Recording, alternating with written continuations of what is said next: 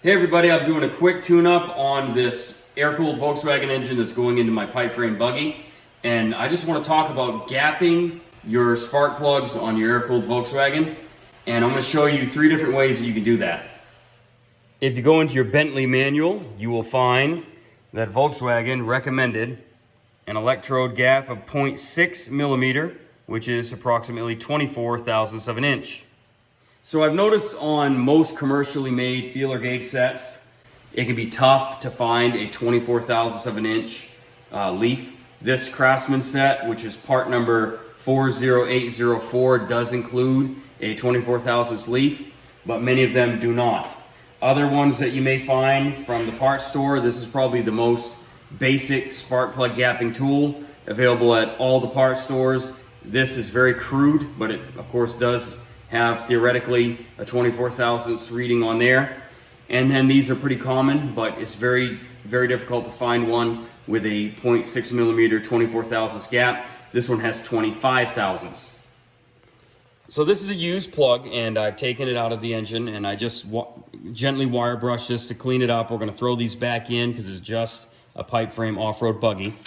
And I will show you, if you are using the basic spark plug gap tool that you can get at O'Reilly's or wherever, basically what you can do here is check your gap by sliding the electrode section here over the gap tool, and you can move around to check. Now see, according to this, I'm reading around 26 thousandths of an inch, if you can see on there.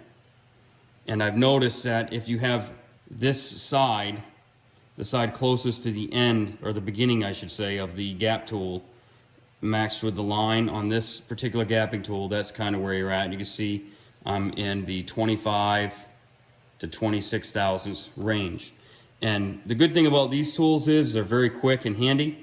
It does have this section here where you can manipulate the electrode to try to increase the gap, to tighten the gap up. A lot of people just push on it.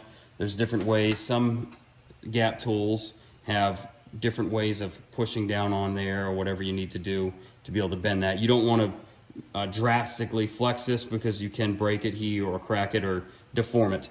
So that was the first method, the very cheap, easy parts tool. This one, the wire ones, are more accurate than those.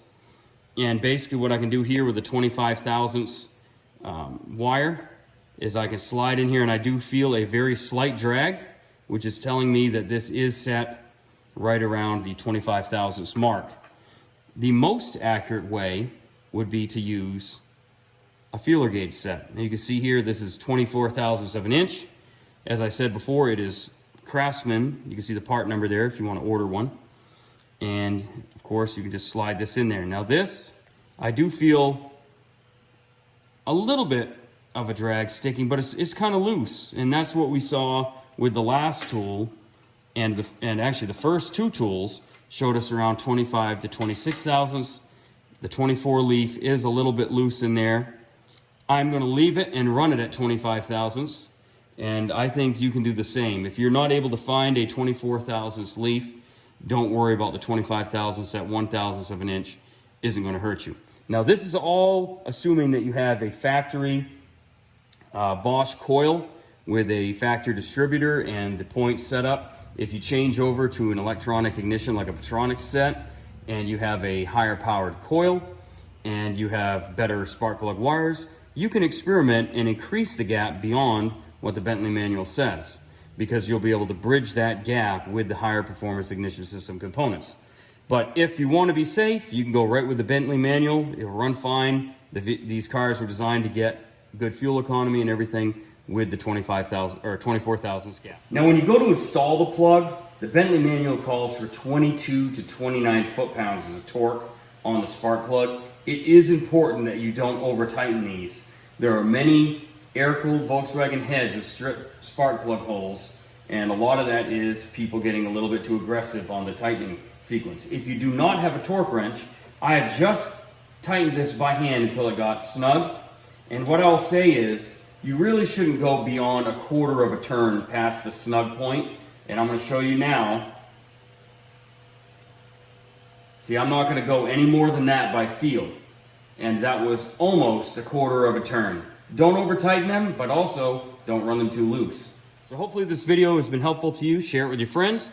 Please like and subscribe, and tell me what else you'd like to see about air-cooled Volkswagen on this channel.